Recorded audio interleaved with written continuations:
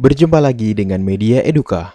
Pada kesempatan kali ini, kita akan membahas tentang soal TPS, Tes Potensi Skolastik, UTBK SBMPTN, untuk kemampuan kuantitatif. Yuk Sobat Media Eduka, kita perhatikan contoh soal dan pembahasannya. Soal nomor 1. Di antara berikut ini, bilangan mana yang merupakan A ketika A per 3 prima? A. 3, B. 4, C. 5, D. 6, E. 7. Pembahasan. Sobat Media Eduka bisa mengisi setiap pilihan jawaban untuk mencari tahu yang mana bilangan yang prima.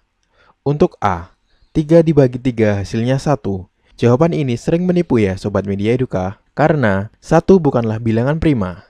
Untuk pilihan B, C, dan E, hasilnya bukan bilangan prima.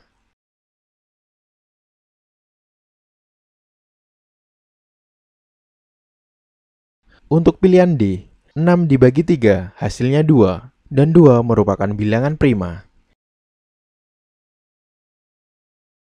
Jadi jawaban yang tepat adalah D.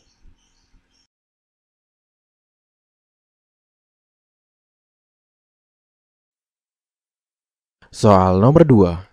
Bilangan berikut yang merupakan bilangan kuadrat dan sekaligus bilangan pangkat 3 adalah A. 8, B. 27, C. 64, D. 81, E. 100. Pembahasan. Sobat Media Eduka bisa mengisi setiap pilihan jawaban untuk mengetahui bilangan kuadrat dan bilangan pangkat 3. Untuk pilihan A, 8 merupakan bilangan 2 pangkat 3, jadi hanya bilangan pangkat 3. Untuk pilihan B, 27 merupakan bilangan 3 pangkat 3. Untuk pilihan C, 64 merupakan 8 pangkat 2 dan 4 pangkat 3. Jawabannya sudah ketemu. Sedangkan untuk pilihan D, 81 merupakan 9 pangkat 2. Dan untuk pilihan E, 100 merupakan 10 pangkat 2. Jadi jawaban yang tepat adalah C. 64 merupakan 8 pangkat 2 dan 4 pangkat 3.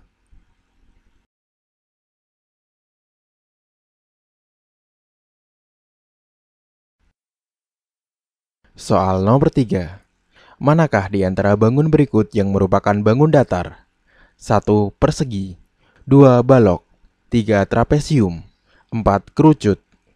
A. 1, 2, dan 3 saja yang benar. B. 1 dan 3 saja yang benar. C. 1 dan 4 saja yang benar. D. Hanya 4 yang benar. E. Semua pilihan benar. Pembahasan. Pada soal di atas, Sobat Media Eduka bisa mengetahui mana bangun datar dan mana bangun ruang. Nomor 1, persegi, adalah bangun datar. Kita centang benar. Nomor 2, balok, itu merupakan bangun ruang. Kita silang. Nomor 3, trapesium, bangun ruang. Kita centang benar. Nomor 4, kerucut, bangun ruang. Kita silang. Jawaban nomor 1 dan 3 benar. Jadi jawaban yang tepat adalah B.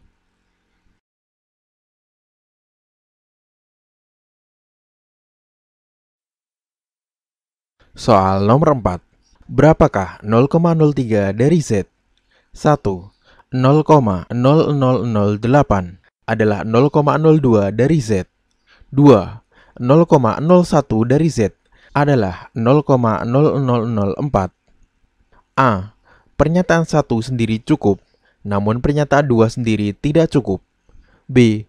Pernyataan 2 sendiri cukup, namun pernyataan 1 sendiri tidak cukup. C. Kedua pernyataan bersama-sama cukup, namun setiap pernyataan sendiri tidak cukup. D. Setiap pernyataan sendiri cukup. E. Kedua pernyataan bersama-sama tidak cukup dan dibutuhkan informasi tambahan untuk menyelesaikan soal yang ada. Pembahasan. Jika kita selesaikan Z, soal tersebut terjawab. Sobat Media Eduka bisa gunakan pernyataan 1 untuk mendapatkan 0,0008 sama dengan 0,02 dikali Z, dan kita pun bisa dapatkan Z sama dengan 0,04. Singkirkan pilihan jawaban B, C, dan E. Kemudian gunakan pernyataan 2 untuk mendapatkan 0,01 dikali Z sama dengan 0,0004. Dan kita juga bisa dapatkan Z sama dengan 0,04. Karena dua pernyataan bisa mencukupi sendiri-sendiri, maka jawabannya adalah D.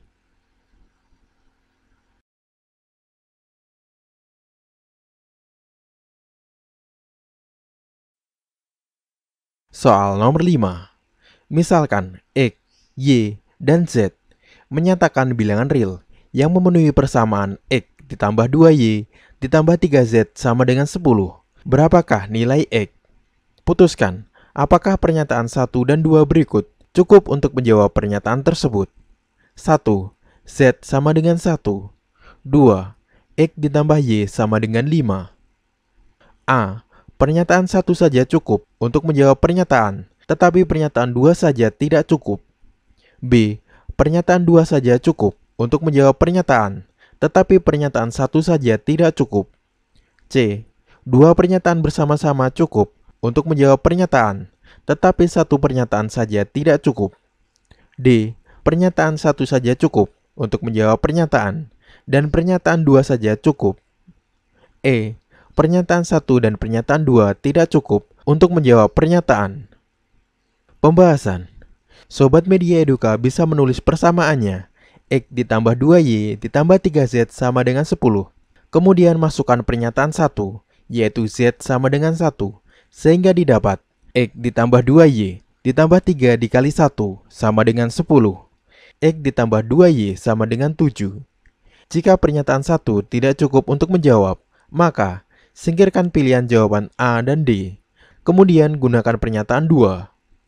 X ditambah 2Y sama dengan 7. X ditambah Y sama dengan 5. Kemudian dikurangi. Maka didapatkan Y sama dengan 2. X ditambah Y sama dengan 5. X ditambah 2 sama dengan 5. Maka X sama dengan 3. Dua pernyataan bersama-sama cukup untuk menjawab pernyataan, tetapi satu pernyataan tidak cukup. Jadi jawabannya tepat adalah C.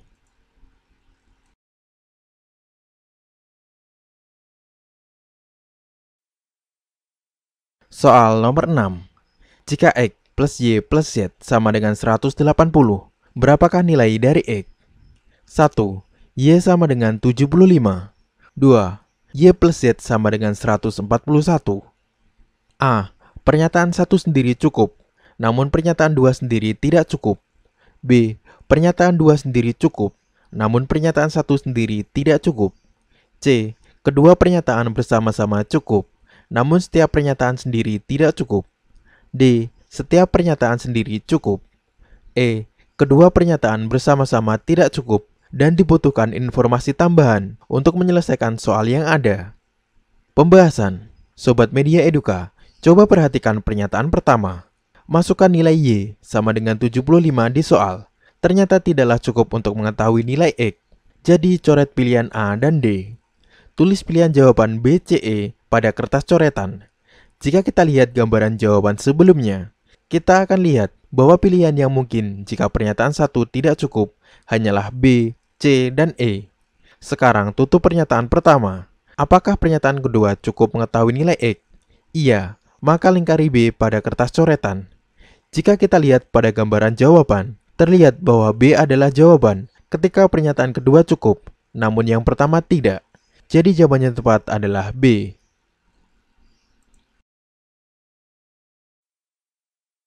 Soal nomor 7. Tersedia 5 kursi yang disusun berjajar, dengan setiap kursi ditempati paling banyak 1 orang. Manakah hubungan yang benar antara kuantitas P dan Q berikut berdasarkan informasi yang diberikan? Pada kolom P, banyak susunan 4 orang duduk pada kursi yang disediakan. Pada kolom Q, bernilai 24. A. P lebih besar dari Q. B. Q lebih besar dari P. C. P sama dengan Q. D. Informasi yang diberikan tidak cukup untuk memutuskan salah satu dari 3 pilihan di atas. Pembahasan. Sobat Media Eduka harus mencari nilai P. Terdapat 5 kursi dan ditempati 4 orang. Sobat Media Eduka dapat mencari peluang dengan menggunakan permutasi. 5 permutasi 4 sama dengan 5 faktorial dibagi 5 dikurangi 4 faktorial sama dengan 5 faktorial dibagi 1 faktorial. Jadi sama dengan 5 faktorial. 5 faktorial itu sama dengan 5 dikali 4 dikali 3 dikali 2 dikali 1 sama dengan 120. Jadi nilai P sama dengan 120. Jawaban yang tepat adalah P lebih besar dari Q. Maka jawabannya adalah A.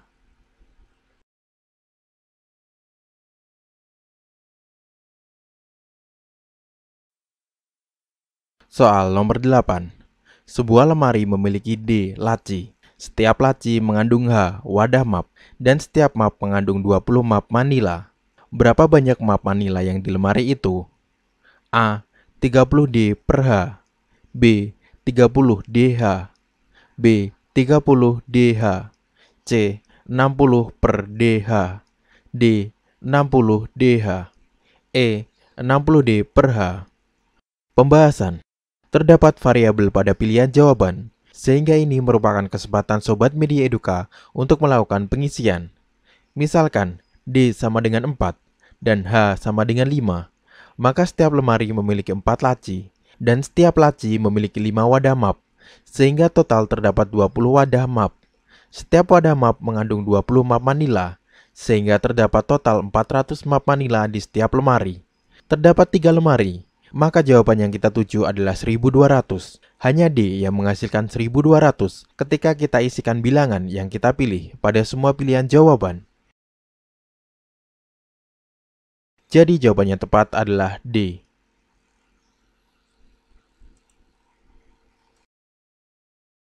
Terima kasih telah menonton video Media Eduka. Semoga bermanfaat. Jangan lupa untuk like, komen, share, dan subscribe. Aktifkan juga tombol lonceng untuk update video terbaru dari Media Eduka. Terima kasih, sampai berjumpa lagi di video selanjutnya.